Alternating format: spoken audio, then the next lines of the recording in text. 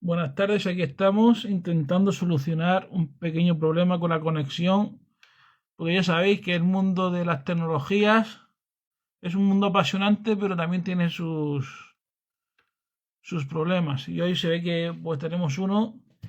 Estoy intentando hablar con Begoña Valero, autora de este libro, de un testigo llamado Cervantes, que en la pasada edición de la Semana de la Novela Histórica de Cartagena se hizo con el premio Odilo. Y por supuesto que desde aquí, desde este rincón literario, pues os animo a leer un testigo llamado Cervantes, que nos muestra una visión muy distinta al Cervantes que la mayoría de la gente conoce.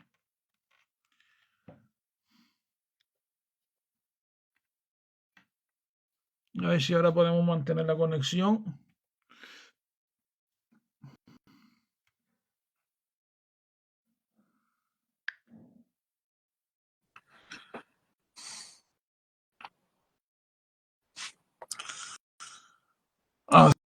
Acepto y a ver si...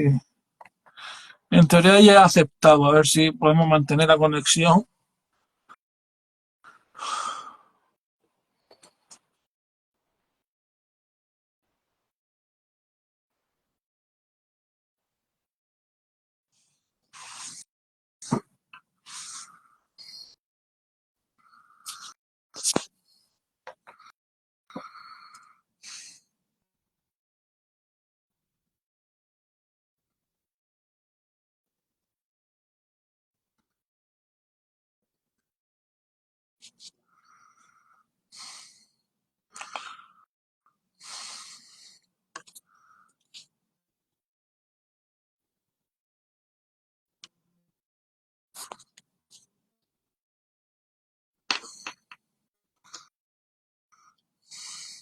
Te mando yo una invitación.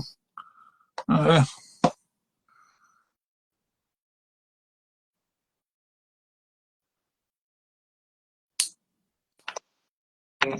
Hola, Ahora, por por, fin. oye, el mundo este de la tecnología. Es horrible, es horrible. Madre mía. Bueno, la verdad es que es la primera vez que me conecto a Instagram. Entonces, claro, no había actualizado, se ve que los permisos o lo que hiciera falta. Bueno, pero por Pero lo menos bueno, ya.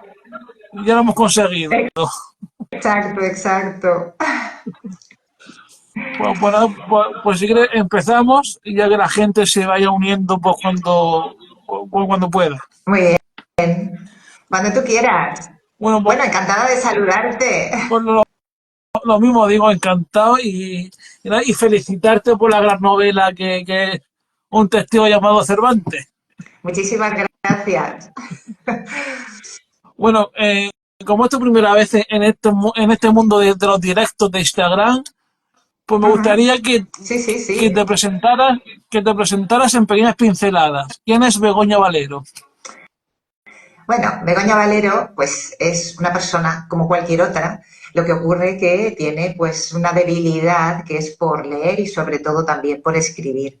Entonces, siempre me ha apasionado, aunque soy licenciada en medicina y cirugía, pero siempre me ha apasionado la historia y por eso, pues, cuando empecé a, a leer novela histórica, pues me encantó. Bueno, desde pequeña siempre, tanto pues la fantasía, la historia, ha sido algo que me ha entusiasmado. Y cuando di mis primeras pinceladas en la literatura, pues me di cuenta que era algo con lo que no podía dejar de vivir. Entonces, pues fue muy, muy apasionante el poder publicar mi primera novela, algo que parecía totalmente imposible, porque es muy difícil, tú lo sabes, el mundo este del escritor en el que todos escribimos, pero nunca pensé tampoco que lo que yo escribiese pues tuviese la calidad literaria suficiente para poderlo publicar. Sin embargo, parece ser que las editoriales pues han pensado que así es y pues la verdad es que me está dando pues unos buenos resultados, ¿no? A nivel de ventas y de todo. Y especialmente pues este último año ha sido muy, muy, muy especial. Y entonces, antes de que saliera pues, a la luz tu primera novela, digamos, ¿escribías para tu gente más cercana, para tus amistades familiares, o escribías Bueno, francamente para ti? En general escribía para mí. Desde pequeña he escrito cuentos, relatos cortos. Lo que ocurre es que llegó un momento en el que los relatos se me quedaban cortos y necesitaba también poder plasmar historias más profundas, más largas, con una extensión superior para poder contar todo lo que llevaba dentro de mí. Y la historia se prestaba para ello. Entonces, aunque sí que he hecho algunas cosas, pero nunca pensé que se fueran a publicar. Y ese ha sido pues mi gran caballo de batalla, el pensar que realmente lo que escribía pues le gustaba a la gente. Y me di cuenta pues con el primer libro, el trabajo de los libros sobre la vida de Gutenberg, que ya a la gente le gustaba una especie de thriller y luego también la vida de Gutenberg, que ya, bueno, me están diciendo que se reedite y no sé, quizá a lo mejor les haga caso porque es un libro que apenas se vendieron, pues no sé, 1.500 Ujú. ejemplares, no llegaría a 2.000 porque era muy poquita la editorial, pues no tenía tampoco mucha capacidad para distribución y tal, pero bueno, para ser la primera novela, para mí yo creo que aquello fue un éxito. Una segunda edición, o sea, primera y segunda edición, muy cortitas, pero suficientes. ¿Y, y de dónde nace tu inspiración? O sea, a la hora de escribir o de leer, mejor dicho, tus referentes, ¿quiénes son tus referentes? Bueno, sobre todo hay un libro que a mí me marcó muchísimo, por ejemplo, Alejandro Dumas, Ujú. El Conde de Montecristo, es una novela que desde pequeñita, pues no solamente la he leído, la he visto en teatro, la he visto en cine, la he visto 4.000 millones de veces, porque es que me apasionaba todo lo que ocurre, todas las vicisitudes que sufre el protagonista. Entonces, a partir de ahí, bueno, al margen, por supuesto, de que siempre me ha encantado, en cierto modo, todo lo que escribía Verne. Bueno, me han encantado muchos, pero sobre todo me marcó, como digo, Alejandro Dumas, porque escribía pues, historias que me hubieran gustado a mí escribir. Y entonces fue casi como mi referente cuando era ya muy, muy, muy pequeña. Luego, por supuesto, he ido leyendo muchos más autores de todo tipo, no solamente de novela histórica, en fin, pues hay una larga lista que todos conocemos porque prácticamente son los que hemos tenido acceso durante toda nuestra vida y que nos han llenado pues de esa literatura que llevamos con nosotros. Y tu primera toma de contacto, digamos, con el mundo literario, con el mundo editorial, ¿cómo fue esa primera toma de contacto? Pues muy difícil porque bueno, era complicado y al mismo tiempo resultó muy curioso porque tenía dos novelas y esas dos novelas, cada una la quería publicar una editorial diferente. Y entonces decidí que solo publicaba una y que era la que más me gustaba, la de Cervantes. Pero eso que pasan unos años y que dices, bueno, pues no, a nadie le interesa y sin embargo luego de repente dos editoriales distintas me dicen que la quieren publicar. Claro, eran editoriales que tampoco eran, yo qué sé, Planetas ni Penguin Random House, como luego he tenido ocasión de publicar con Grijalbo, pero que en cierto modo sí que me abrió el mundo de lo que es el escritor para participar en ferias del libro y bueno, todo lo que hacemos habitualmente, pero que para mí era todo una novedad. Y en fin, que fue como el primer paso para poder empezar a tener contacto con los lectores. Que leían mi novela y además les gustaba. Y yo decía, bueno, pues a lo mejor es que no lo hago muy mal. Efectivamente. Bueno, ahora llega el momento de adentrarnos en un testigo llamado Cervantes. ¿Cómo nace la historia? ¿Cómo se empezó a gestar? Bueno, la verdad es que para poder escribir una novela como esta, cualquier escritor mataría, o sea, realmente, porque es una historia inédita sobre la vida de Cervantes. No se conocía hasta 2016 el asunto criminal que se desarrolla en Valencia. Y eso es debido a que en ese año se descubrió en el archivo del Reino de Valencia la firma más antigua de Cervantes en el papel original. Y ese papel no era nada más y nada menos que su testimonio en un juicio por la muerte de un pescador. Entonces, a partir de ahí, pude reconstruir, yendo al archivo del Reino de Valencia, pues toda la trama que había alrededor de ese juicio y era apasionante. Entonces, descubrir esa historia inédita sobre el escritor del Quijote es que era algo que no podía dejar pasar. Y, por supuesto, como también tenía relación con el tiempo, el periodo que había estado cautivo en Argel, pues eso completaba la historia, porque tiene dos tramas, o sea, dos líneas narrativas. Una en Valencia y otra en Argel, los 5 años que Cervantes estuvo cautivo. Y era un contraste muy importante entre lo que se vivía en el Imperio español y lo que había en el Imperio otomano en cuanto a costumbre, religión, todo, y tener que sobrevivir en ese ambiente era algo realmente apasionante. Entonces, precisamente, encajé alternando las dos líneas narrativas para que el lector no perdiera el interés por ninguna de ellas y siguiera atrapado capítulo tras capítulo para ver cómo conseguía sobrevivir, porque lo peor de esta novela es que sabes que no muere Cervantes y sabes que lo van a rescatar porque tiene que escribir el Quijote. Entonces, ¿cómo mantener la tensión de una historia sabiendo que no muere? Es muy difícil. Sin embargo, descubrí, era tan apasionante lo que ocurría en Argel que estabas pensando, yo misma cuando escribía, que lo iban a matar, que iba a morir, que cómo iba a salir de esa situación. Entonces, todos los intentos de fuga son, bueno, impresionantes y además todos basados en hechos reales, es decir, el testimonio de sus propios compañeros de cautiverio son los que narran sus acciones, porque cuando lo rescataron, los frailes trinitarios llevaban un notario y tenía que certificar que se habían portado bien durante su cautiverio, porque si no, cuando volvían, cuando regresaban a España, o sea, al Imperio Español, entonces se encontraban con la Inquisición y se encargaba de castigar a aquellos que habían cometido bastantes pecados, ¿no? Habían sido unos buenos herejes allí y por lo tanto aquí tenían que pagar pues con la hoguera. Por lo tanto, los testimonios tenían que ser a través del notario y los propios compañeros de cautiverio son los que están declarando lo que ha hecho Cervantes durante esos 5 años. Por lo tanto, eso se llama, hay un documento que se llama la información de Argel, que son esos testimonios y que lo he consultado precisamente para poder narrar lo que ocurre en aquel lugar.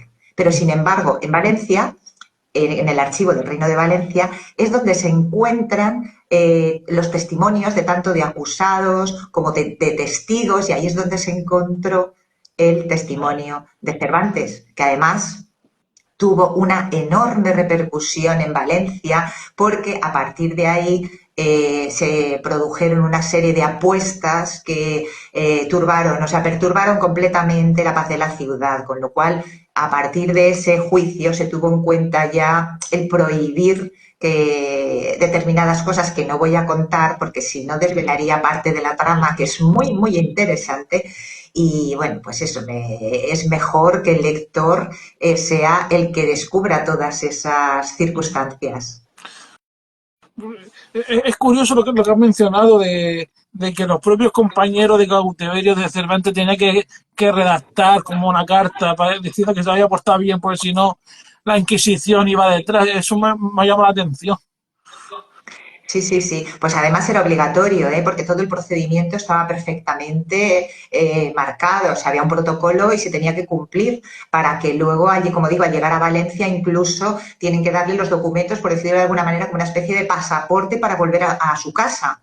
Y eso lo había establecido Felipe II, que fue el que concretó cuál era el procedimiento y que el puerto de Valencia tenía que ser el de salida y llegada de los barcos o de las personas que eran rescatadas de Argel. Entonces estaba todo, como digo, estipulado la forma en la que tenía que contratarse o, bueno, por fletarse los barcos a los mercaderes mallorquines o valencianos para ir a Argel, rescatar cautivos y luego pues regresar ingresar y poder realizar todos esos trámites para autorizar al cautivo que había sido rescatado, pues regresar a su casa diciendo, no, esta persona se ha portado perfectamente, ha sido un buen cristiano y no es un hereje, por lo tanto está libre de cualquier culpa y poder reintegrarse de nuevo a la vida normal. Así que digamos que de alguna manera, antes de la escritura de la novela, lo que primero llegó fue la historia y después los personajes o al revés.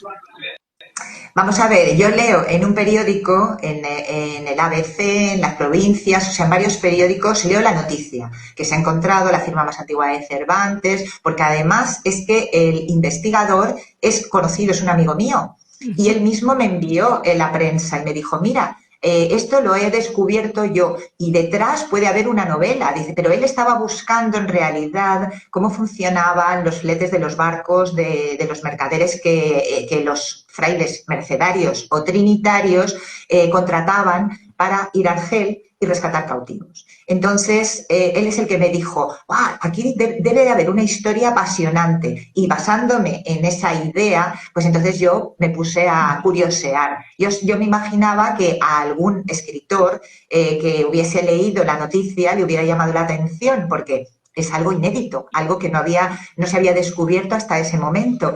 Y sin embargo, yo vi que pasaba el tiempo y que no había ningún escritor que se lanzaba y digo, bueno, esto lo tengo que contar yo porque es una novela que perdurará en el tiempo precisamente porque narras hechos totalmente desconocidos y además con personajes reales que, como digo yo, hago como arqueología literaria porque he rescatado personajes del siglo XVI reales, que eran personajes normales de la calle que realmente participaron, sus vidas participaron en este juicio. Entonces, como están sus declaraciones, yo he podido establecer todo cronológicamente cómo ocurrió. Por eso a veces voy atrás, adelante, porque el lector, de todas formas, a pesar de que hay 100 personajes, 70 reales y unos 30 de ficción, que son muchos, nunca se pierde, porque siempre hay una relación muy clara con el día que se encuentra el cadáver, 2 días antes, un mes antes de encontrar el cadáver. Entonces, es muy fácil que mentalmente te acuerdes de ese detalle, o sea, porque sabes de cuándo se encuentra el cadáver y qué es lo que ocurre. Sin embargo, si te digo que era el 13 de agosto, el 15 de septiembre, yo soy un desastre para las fechas y yo me perdía. Entonces, para mí fue emocionante, ¿no? Primero, establecer una línea narrativa con toda su cronología y luego la otra, una la de Valencia y la otra la de Argel, porque tenía que, como era todo real, tenía que coincidir exactamente en la fecha en la que ocurrían las cosas y en eso he sido inflexible. Entonces, una vez ya tuve las dos historias perfectamente separadas, lo que ocurría en una y en otra, es cuando pude mezclar los capítulos, porque si no hubiera sido para mí imposible, porque tantos personajes bueno, o sea, dos situaciones diferentes, pues pueden provocar que el lector se pierda, pero sin embargo, además, lo que hice para evitar esto, porque ya digo, es imposible perderse porque va muy bien dirigido, tú mismo si lo has leído, como lo has leído, lo sabes, pero al final de la novela hay una relación de personajes reales y de ficción. Entonces, si alguien se pierde puede ir perfectamente a mirarlo, pero yo aconsejo que se lea la novela y que una vez se ha terminado, uno descubra qué personajes son reales y qué personajes son de ficción. ¿Por qué? Porque se va a llevar una sorpresa. Hay personajes que parecen reales y son de ficción y a la inversa. Entonces, es bonito y sobre todo en los reales he procurado que la personalidad sea la que marca la historia. O sea, he procurado buscar ya digo, Cervantes, ¿cómo he podido saber cómo era Cervantes? Si nadie, bueno, él mismo sí se describe, por ejemplo, en el prólogo, pero lo que más que describirse, lo que hace, en cierto modo, es dar una imagen de cómo era él.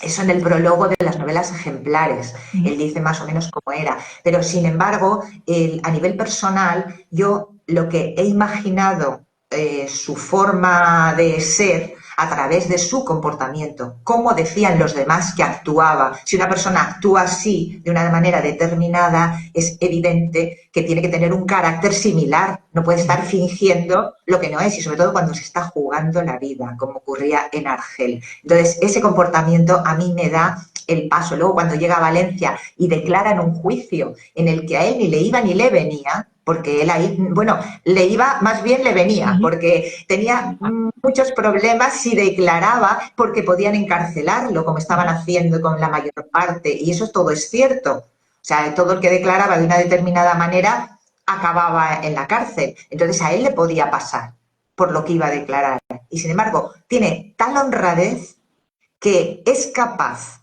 de declarar aun sabiendo que está en peligro de ser encarcelado, porque quiere ayudar a personas que considera bueno, que se tiene que hacer justicia y que por lo tanto su declaración es importante. Y claro, todo eso me llevó pues a pasármelo genial mientras escribía la novela. Complicado, ya digo, el tema cronológico para ser digna a la historia, o sea, para no desplazarme ni un milímetro de lo que se cuenta. Pero a partir de ahí, pues el escribir esa historia, bueno, yo me enamoré de Cervantes, de ese Cervantes que estás enseñando, el Cervantes de la portada, que es un lienzo de Augusto Ferrer Dalmau, el pintor de batallas. Es un lienzo maravilloso que en cierto modo en la novela también le hago un guiño a ese momento histórico que es la batalla de Lepanto. Entonces, me parecía muy interesante también contar lo del tema de que le llaman el manco de Lepanto, cuando en realidad no era manco, porque no perdió la mano, sino lo que perdió fue la movilidad, o sea, era una mano inútil, pero no la perdió. Sin embargo, lo del nombre de manco de Lepanto ha perdurado a lo largo del tiempo, a pesar de que no tenía ese problema. Y, en fin, pues todas estas características de la novela han ido plasmándose pues, a lo largo de 660 páginas. Y el proceso de documentación fue entretenido, complicado. ¿Cómo fue el proceso de documentación? Bueno, el proceso de documentación es complicado porque, primero, tenía dos mundos distintos, Argel y Valencia. La Valencia del siglo XVI no tiene que ver con la de ahora, sus costumbres, cómo era en aquel momento, por ejemplo, y a mí me apetecía mostrar cómo era esa Valencia del siglo XVI, por ejemplo. Y así me encontré con la historia, que es bonita, ¿no? Con un burdel, el burdel de lo que llamaba la Pobla de les Fembres Pecadrius, que era la Puebla o de las mujeres pecadoras, el burdel más importante de Europa durante más de un siglo, que en el siglo XV tenía más de 300 mujeres, y ya en el siglo XVI, en la época 1580, pues que es a finales de siglo, ya le quedaban pues unas 150, o sea, la mitad de lo que era, pero era algo espectacular porque me llamó muchísimo la atención todo el cuidado médico que tenían en los medios que tenían entonces, evidentemente. No querían que hubiera mujeres enfermas, las llevaban al hospital, por eso también hablo del hospital. O sea, es que ese mundo me llama muchísimo la atención por lo especial que era y sobre todo con estas mujeres. Por eso una de las protagonistas de la novela pues es una prostituta, ¿no? La Tiesa, y es un personaje entrañable que casi es como una novela picaresca dentro de la propia novela, que podíamos llamar un thriller policíaco en Valencia, una novela de aventuras en Argel y además pues una novela Hiciste de todo, o sea, una mezcla, tiene de todo, buenísima. de todo. Entonces, por eso digo que en el caso de la Tiesa, pues nos está contando una historia muy bonita y que creo que además valía la pena, ¿no? Porque las mujeres, que esa es otra de las características, es evidente que se tenían que comportar como en el siglo XVI. No podemos tener la mentalidad actual y quererla aplicar en el siglo XVI porque no funciona, así no funciona. Entonces, me apetecía también hablar de determinadas mujeres. Por ejemplo, pues una persona impresionante es la madre de Cervantes. Todo lo que hace por su hijo, por sus hijos, pero especialmente también todo lo que está documentado sobre lo que tuvo que hacer hasta hacerse pasar por viuda, bueno, de todo para conseguir dinero, para poder rescatar a su hijo, que era prácticamente imposible, pues eso es lo que me llama la atención de este personaje. Es una madre coraje que intenta todo absolutamente para conseguir la libertad de su hijo. Por ejemplo, luego también está un personaje que parece irreal, la novia del pescador, Sí. de Planelles. Parece irreal porque es que es capaz de que la encarcelen por defender al novio. O sea, es una cosa increíble, pero es real. O sea, dices, ¿cómo es posible que esto fuera así? Pues es así, porque así lo pone en el archivo del Reino de Valencia, que es donde me he documentado. Entonces, claro, dices, ¿parece mentira? Pues no. Y luego también, pues aparte de la tiesa, de la madre, pues ya digo, son tres mujeres, yo creo que inolvidables y fantásticas. Luego, los personajes masculinos son también, bueno, el principal, por supuesto, Cervantes. Como digo, he procurado buscar todas las declaraciones para ver cómo actuó él, para luego plasmarlo sobre el papel. Y creo que este es un personaje, ya digo, para enamorarse de él, ya no solamente de su Quijote. De hecho, estoy muy contenta porque hay gente que no había leído El Quijote y que después de leer mi novela Ah, se ha propuesto y lo ha leído, o sea, increíble, claro, lo ve con otros ojos, claro. porque ya conoce a Cervantes, ya es su Cervantes también, ya forma parte de su entorno, por decirlo de alguna manera, ya es como más familiar. Entonces es muy bonito que haya gente que después de leer un testigo llamado Cervantes se haya atrevido con el Quijote y gente que incluso lo ha vuelto a leer. Porque, claro, hay momentos como, por ejemplo, lo de la historia del cautivo, que se refleja. Yo le he dado unas pinceladas y tal, pero poco más o menos también es que él le sirvió precisamente a Cervantes su experiencia en Argel para poder luego contar determinadas historias, ¿no? Y una de ellas pues la introduce en el Quijote, ¿no? Y todo eso pues es muy halagador para mí, que los lectores no solamente les guste, y de hecho también es muy bonito que una novela que ahora ha hecho exactamente un año que salió al mercado, que ya lleve 6 ediciones. Además del premio Odilo a la mejor autora de novela histórica, que lo entregaron en la Semana de Novela Histórica de Cartagena, que estuviste allí. Entonces, Efectivamente. entonces es muy bonito todo lo que me ha pasado alrededor de esta novela. Al hablar, cuando firmo ejemplares, pues no sé, pues en el Corte Inglés estas navidades, después de un año, ha sido maravilloso poder contactar con los lectores y mucha gente que no la había leído se han apasionado también y se han interesado por leerla. Entonces, no puedo estar más satisfecha del recorrido que está llevando la novela porque luego además tenemos que este año probablemente, seguro, se va a estrenar la película de Alejandro Amenábar que se titula El cautivo y Ah, que bien. trata precisamente los 5 años de Cervantes cuando estuvo cautivo en Argel. Y que tuve la fortuna de coincidir con él cuando presentaba yo mi novela en Bocairent, que en la biblioteca de Bocairent, y él estaba rodando imágenes de Cervantes en Argel y había utilizado Bocairent como decorado, ¿no? Había puesto, pues, lo había montado todo muy bonito y en el descanso del rodaje, cuando iban a cenar un día, que es el día que yo presentaba la novela, pues el alcalde, la bibliotecaria, pues nos juntaron, estuvimos hablando y la verdad es que le di el libro, le encantó la portada, bueno, pues comentamos un poco. Entonces, imagino que Cervantes va a tener larga vida, porque ahora de nuevo, cuando la película vuelva, o sea, aparezca en las pantallas, que será a lo largo de este año probablemente, probablemente no, seguro, porque rodada estaba ya.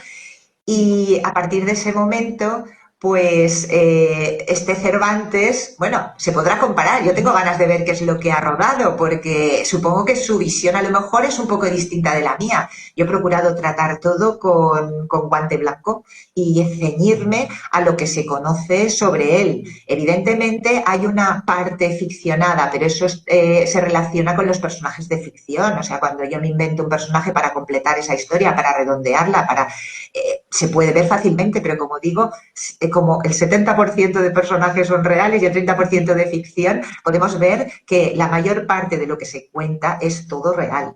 Y bueno, pues la novela, te digo yo la novela, la película de Amenábar, pues bueno, pues va a ser otro momento importante también para el Cervantes, porque estamos contando lo mismo, supongo que de diferentes puntos de vista, pero a la hora de la verdad no puede contar nada que esté fuera de la historia, me Efectivamente. refiero. Puede hacer lo que quiera, pero en principio, si es fiel a la biografía de Cervantes, no podrá dejar de contar pues las fugas, etcétera, con todos los castigos y con todas las historias que se producían en Argelia.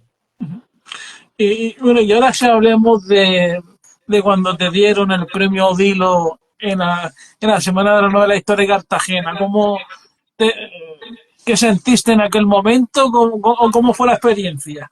Buah, una experiencia impresionante, porque el mes de octubre, por suerte y por desgracia, el mes de octubre de 2024 ha tenido tres momentos, dos extraordinarios y uno horrible. El horrible es la Dana, que a final de mes, el 29 de octubre, pues azotó todos los pueblos de Valencia. Yo vivo en Valencia, concretamente en uno de ellos, en el Veda, en Torrent. Entonces, todo lo que ha ocurrido, que sigue todavía manteniéndose, pues la verdad es que en cierto modo nos ha traumatizado, porque ha sido algo, bueno, que ha afectado a tantísima gente, que es una lástima y tardará muchísimo en volver a la normalidad. De hecho, yo para desplazarme todavía media autovía está caída en el barranco. O sea, tenemos que funcionar con un carril de ida y vuelta por la otra media autovía porque el resto está destrozado. Entonces, por eso digo que estamos muy afectados por eso, pero es que justo ese mes de octubre, antes de que ocurriera ese hecho, concretamente a principio de octubre, es cuando me entregan el premio Odilo a la mejor autora de novela histórica. Y fue un momento excepcional, porque el tener una novela como Un testigo de Mago Cervantes y que además es un premio que otorga la Semana de Novela Histórica de Cartagena en su 25 aniversario, o sea que todavía más bonito, y en una novela ya escrita, o sea, porque no es que tú te presentas a un premio y tal, sino que ellos valoran las novelas publicadas en el año anterior y seleccionan la que más les ha gustado. Entonces, no puedo estar más feliz ni más contenta y aquel momento fue extraordinario porque recibir un premio por esta novela pues colmaba todas mis aspiraciones. Lo que no sabía era que 2 semanas después, además, me entregaron el premio Letras del Mediterráneo. Entonces, Efectivamente. ya digo, dos premios en un mismo mes literarios, bueno, ya eso es el colmo. Eso es el colmo para mí.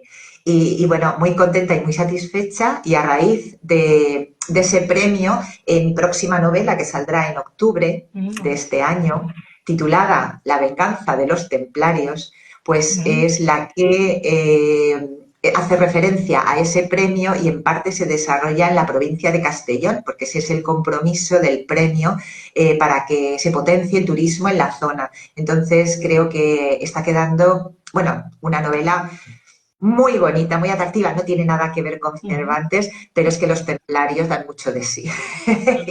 y son también, También es un tema que llama la atención, por lo menos a mí me llama mucho la atención también el tema de los templarios.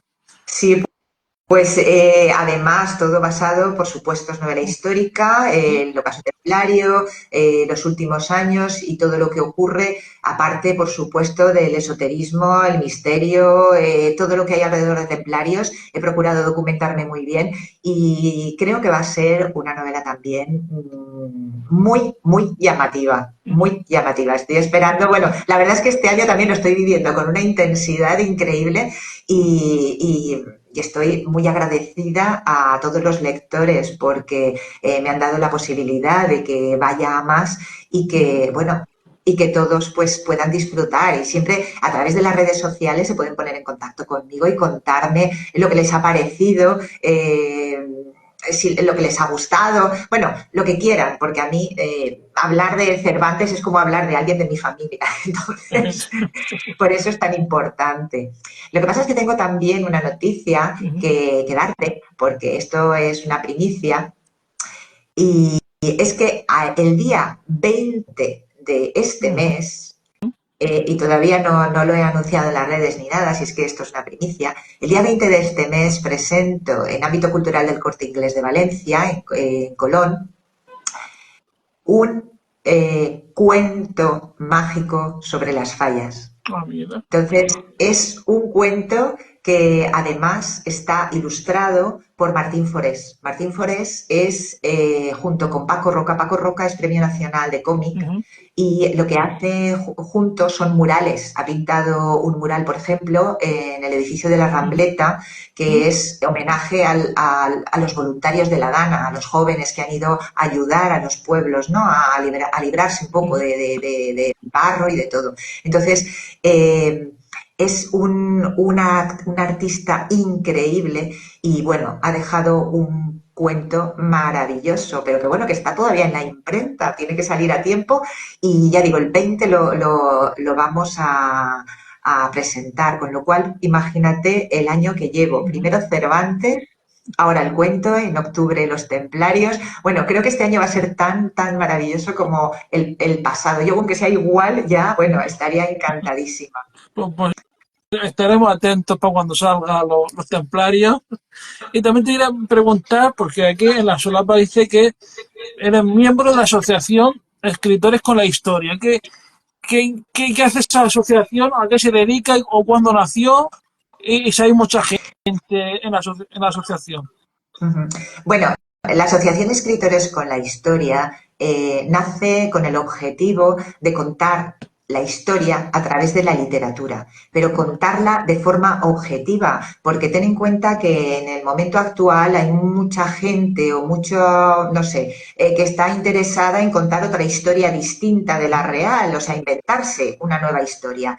Y lo cierto, e incluso, pues como digo, trasladar, provocar el presentismo, trasladar el pensamiento actual a otros siglos anteriores.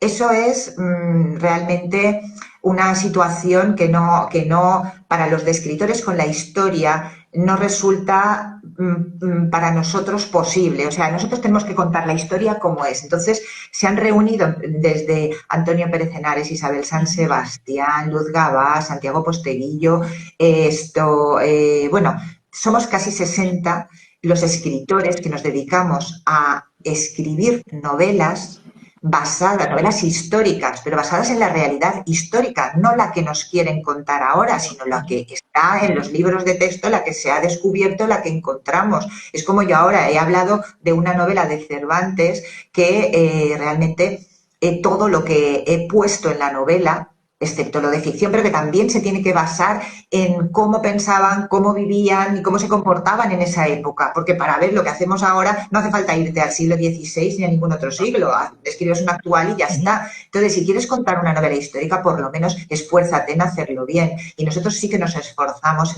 en en escribir novelas que están basadas en la historia, de forma objetiva. Y eso es lo fundamental de escritores con la historia, que bueno, en cierto modo, pues también se preocupan de realizar actividades culturales, conferencias, etcétera, como ahora la de Pozuelo de Alarcón.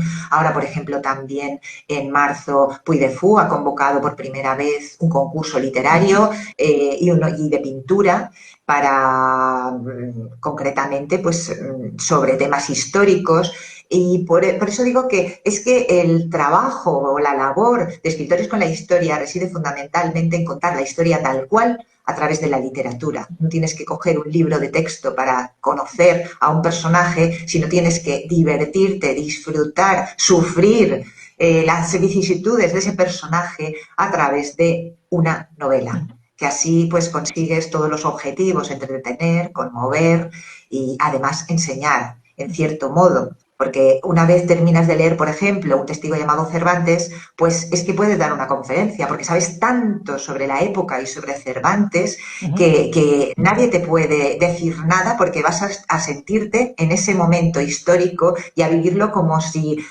realmente lo hubieses estado allí. Perfecto. Bueno, y ya estamos llegando al final, ya me estoy quedando sin más preguntas que hacerte, pero quería saber has mencionado que en octubre saldrá tu nueva novela sobre los templarios, pero aparte de esa, ¿estás trabajando en algún nuevo proyecto literario o no? Bueno, vamos a ver.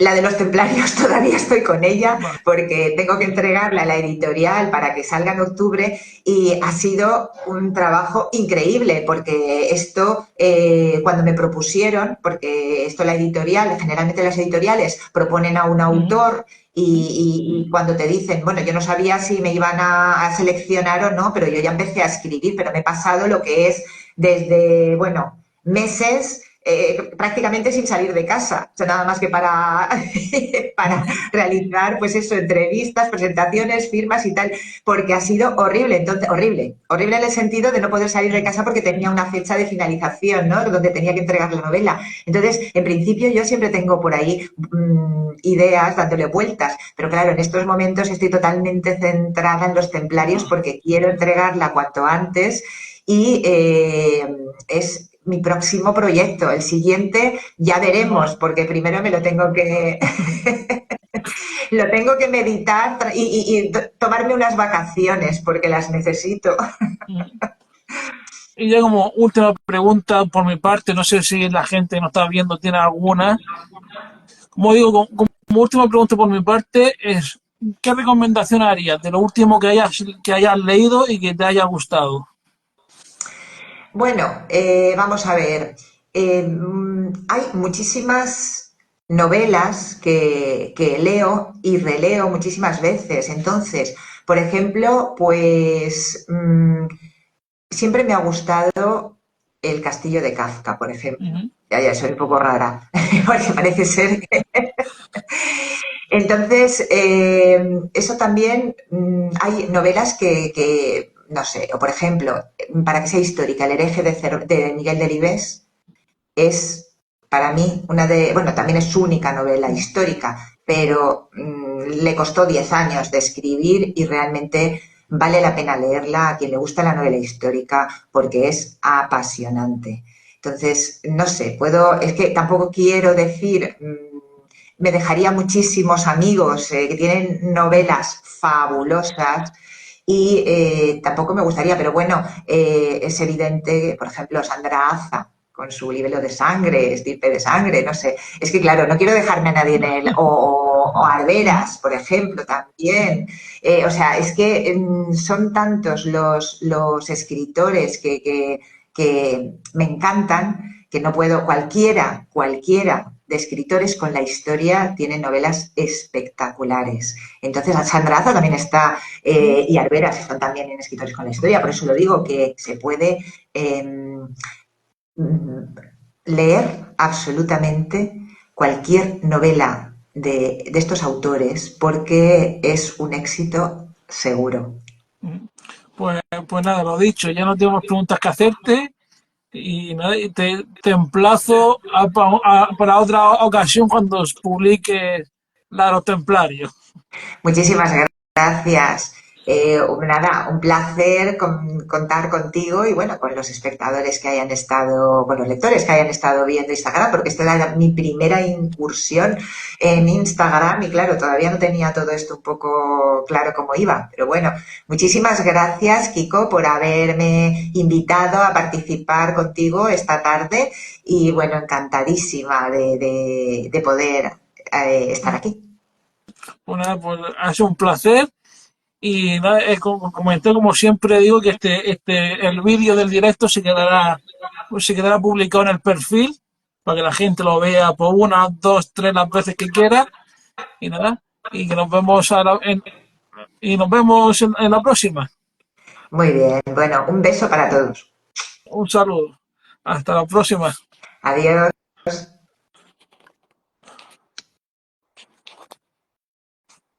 Bueno, pues hasta aquí este directo de esta semana. La semana que viene intentaré tener otro directo, ya iré anunciando el invitado o la invitada. Y pues nada, mientras tanto, leed y disfrutar de la literatura.